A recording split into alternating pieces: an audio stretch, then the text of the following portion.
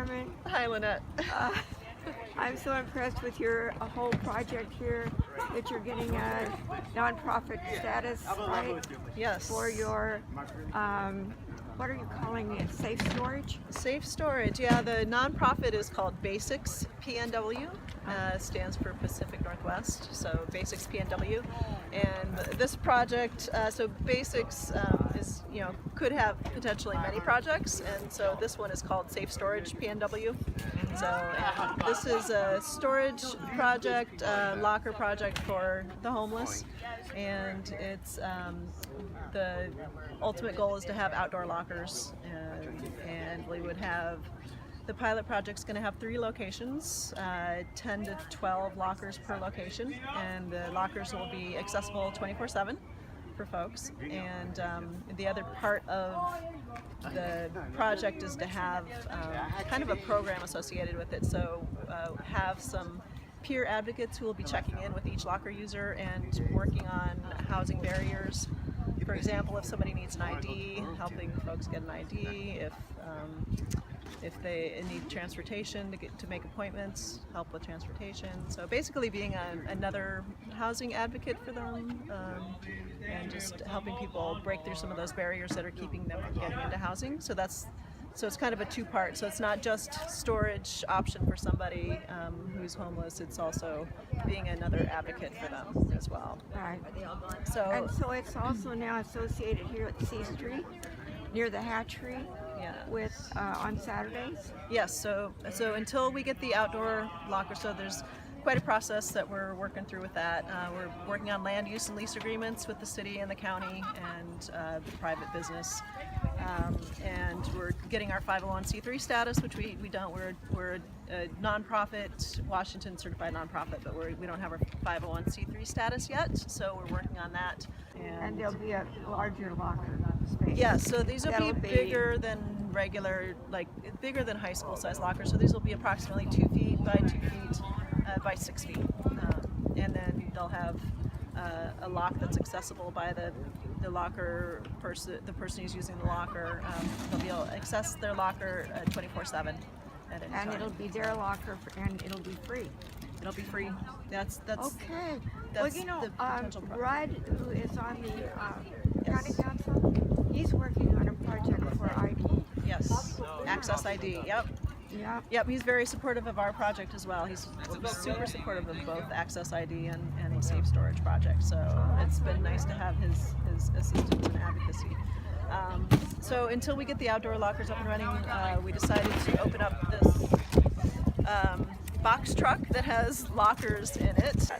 And right now, the lockers, until we get more volunteers, the lockers are accessible just on Saturdays right now, 10 a.m. to 2 p.m. So every week on Saturday, people can access their lockers. So Sharie Lapoff is doing the mini summits here, right? Yeah. With you, and also Markis and JC Mansfield are doing the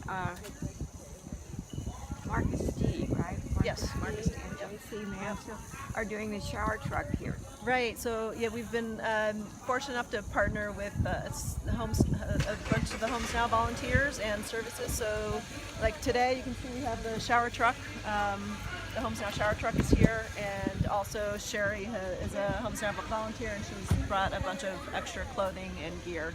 And so yes, and they've I think they might be joining us every week this month. So yeah, and so this may become a regular thing. Month of March. And it's 2019. Yes. Thank you. Thank you. So hi Sharie. Hi. I'm glad to see you here at with your mini homeless summit here with all these clothes. And you've been doing quite a job taking over that homeless summit.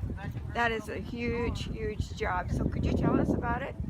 Well, it is a big job, although it's pretty much getting people together, that the shower truck and the storage truck, and as well as the Sikh community church does a beautiful langar, a beautiful vegetarian meal for us on during the monthly summits.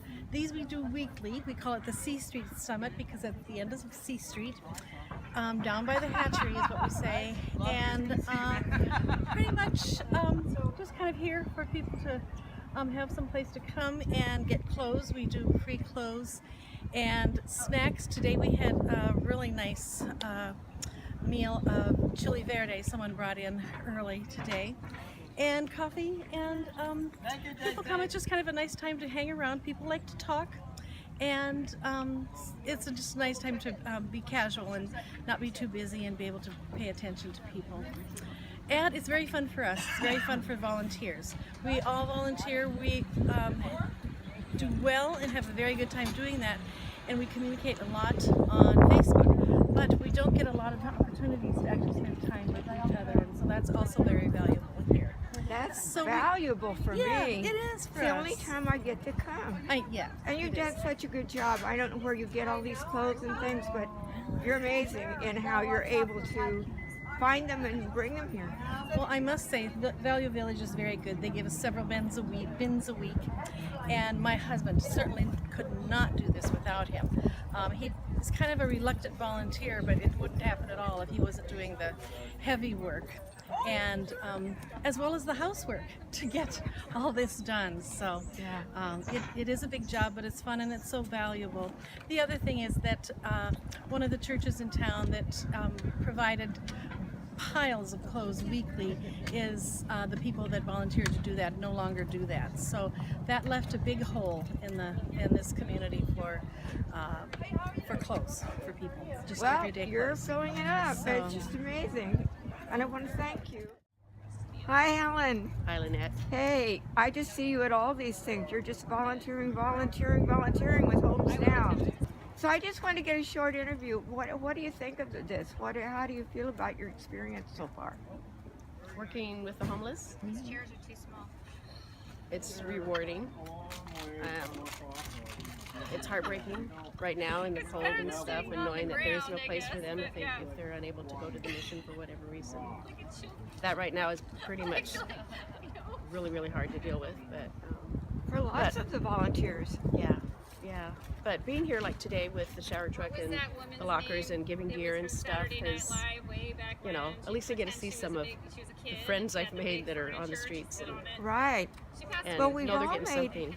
friends with the residents at Winter Haven and with the homeless on the streets. Yes. And also we get to see each other as volunteers. Thank you so much for being part of it.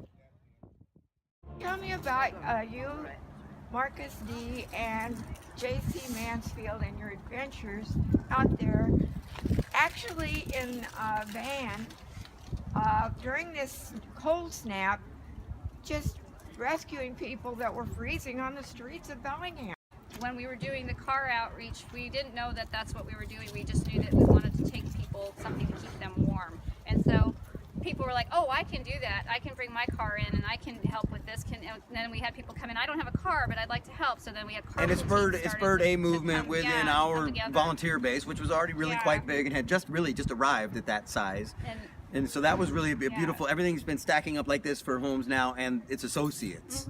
Everyone And was so we're all connected. starting to so that interconnection, when a need arose, all this energy went and Yeah. brought it up to like a Just visual people peak. that But it's are also community money, members. it's resources, it's energy, Yeah. and Well, we're all right. at the end of it. We're broke and we're but that need was met and it was beautiful. And then that's when we were maybe 4 days into it when I called Ron. Pastor Ron. I was MB yeah. PM me said you should talk to this pastor. He's interested Yeah. in maybe sheltering, and I'm like, bingo, because this is really That's expensive that stuff. nice church out in Northwest Yeah. in Smith Road, right? Yeah, It's- and it's so he out worked there, with yeah. his congregation and his people, and they had to work around some of the insurance policy stuff. And they got us into their facility, and they it got worked really well. confirmation on it, and then all of our volunteers. He said, as long as you can staff half of it with your people, then we can do it.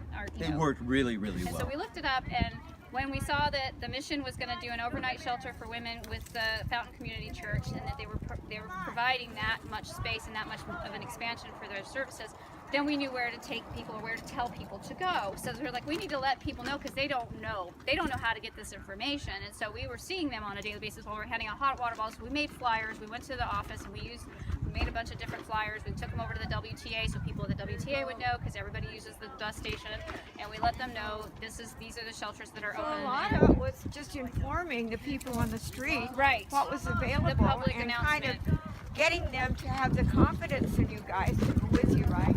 Oh, in a lot of ways, sure. We had the walkie system going, and we had about 4 drivers that were volunteering. Group chats on the Facebook and Messenger and we and all had that. co-pilots, so there were people that made 2 sure we people. rotate out. Yeah, so we were always driving with another person, and then we had it full. And as a full driver, cars. Yeah. Bing, but that noise right there, that was like bing, bing, bing, because we had several different chat groups. Yeah, so the One of them was co-pilot like would the be people that had the taking- donors and the hotel donors and all the people who were concerned about that in this big chat, and I'm in there and bing, I know, bing, I'm and we trying talk to about it. listen And there's to that. and there's ones that are more politically activated. So at the political one, it's bing, Yeah. bing every now and We then. have a And there was total of the 6 one for chats right now. drivers. And so if you were a driver or you're a van driver, then you were in that, and I was in that. And if you were a van driver, we just had that. And then we would do real-time live streaming. Those were all these separate chats. There was no reason for everybody to be in them. It was digging me out of there. I couldn't do it. I Oh, couldn't God. handle the dig. But let me ask you about Homes Now We're still interviewing. and all their donations. She needs a shower. They She needs a shower? presented this. She's thinking about it, but Okay, tell her to come over and sign up. Will you, John? We'd be glad to have you take a shower here, honey. Okay, well, that's what we're here for. Yeah, Homes she's Now looking at- ended up paying how much for Almost 10 o'clock. hotels and motels?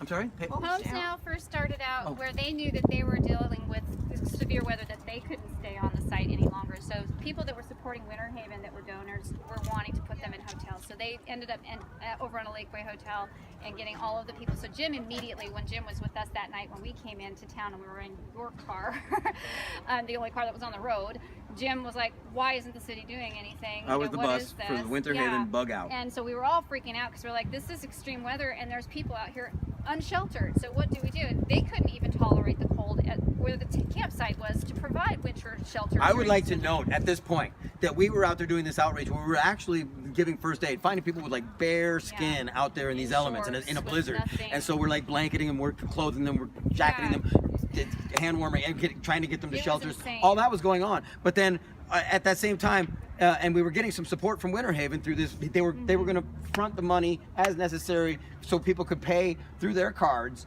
and then Homes Now would refund that money through the donations that were Right, coming he into, was- and it worked fine. Yeah. But There were enough donors on board to do that, and it worked out really well.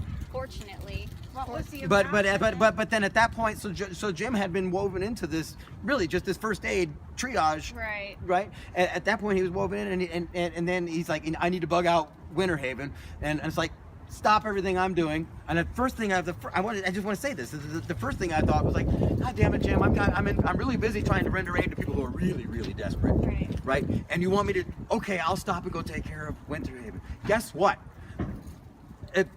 The fact that it was a community of people who knew each other, who'd already talked about this together. When I arrived to bug them out, I was 3 trips. Yeah, I think it was about 3. Done. Now I'm out. That's what you get with community. These people were together. It was with military They were precision. already They were together. bugged Yeah, out. yeah, they They had did not- packs What on do you their mean backs by and out the bugged door. out? I lost you. Oh, that's old. You bug out when it's time to break They were camp. set and ready to We go. have They were already we have to taped up, abandon a ready to camp go. in the army Yeah. because you're being overrun by the enemy. It You was- want to bug out. Well, you know that the pastor from that church spoke to the council. Yes, he He did. finally And did do it that. was eloquent. Yes. It was so beautiful. He is familiar with cold weather. He's from Chicago. He understood immediately what we were concerned for about people that were out in the street. And he was concerned that the city wasn't doing enough. I mean, he wasn't going to state those things. He's new to this area. He doesn't know what we've I hope been you do an enduring interview with for the Pastor last Ron. year. And so he was grateful to be of some support. Well, how much do you think Homes Now volunteers donated that actually put people up in hotels and It motels? would have been cheaper to have everybody housed. Oh, I think that the entire outreach, and I think this is including what we did with the shelter. I think it was somewhere in around 20 grand. Well, at one council meeting, I found out that the city thought the county was leading, and they were following the county on everything. Yeah, I know. And the county I thought the expect that. city I can was tell you where that leading. started. Okay, so we brought to the attention that there's no alert system, and that usually it's the county that alerts the cities that there's an extreme weather situation. And they were aware of that because they said it was the public health department of the county that was supposed to alert the cities of what to do next. Well, the cities don't have a plan in place for addressing the cold weather. They've never promoted that in any capacity that I'm aware of, and I've lived here for 20 years. We do know we have a crisis, a housing crisis, an economic crisis in our town, in our nation, where people are unhoused. So it's specifically important during the winter up here because of such extreme weather. If you get wet and you're out in these kind of cold chills, you get pneumonia. You can't live out here in this kind of weather and survive it without getting sick or losing your limbs or losing your life. We have a history of losing lives every year in which our city comes forward and does a memorial service for the lives lost that were living on the street. So rather than us keep amplifying this memorial service yearly, I would like us to honor these dead by maybe not having any more loss of life. And ensuring that we have something like a warming center in place so that people can survive it. That's a huge point. So- Well, listen, I wanted to wrap this up by saying thank you to the two of you who, both of you helped Thank me you. not be homeless.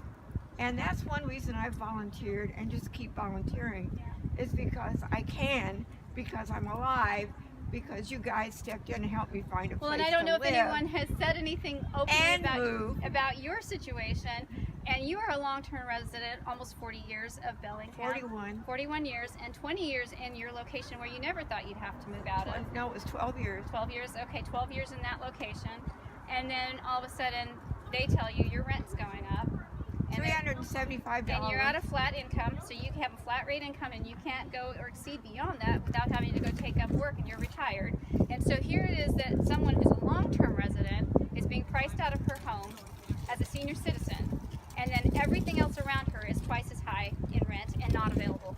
So we're looking at Nothing was available. our long-term elderly population that we love, And who so have many been people, protecting the city so many people and have town. similar stories that and slide cannot downhill find housing. because you wrecked that car when you had your getaway pod. You're, Right. You know, something happens, then and you get everything taken That's from you. when you bought Boom. your van. That's when you bought your van. That's when you said, "Oh my gosh, I'm going to be living out of a vehicle." Come on, guys. Come on, all of This is all of just these a- very this is- strong this is a volunteers. Every one of video. these. Come on over here, Ellen. Come on. So I want This you is guys us, and to here we all are. Here we go.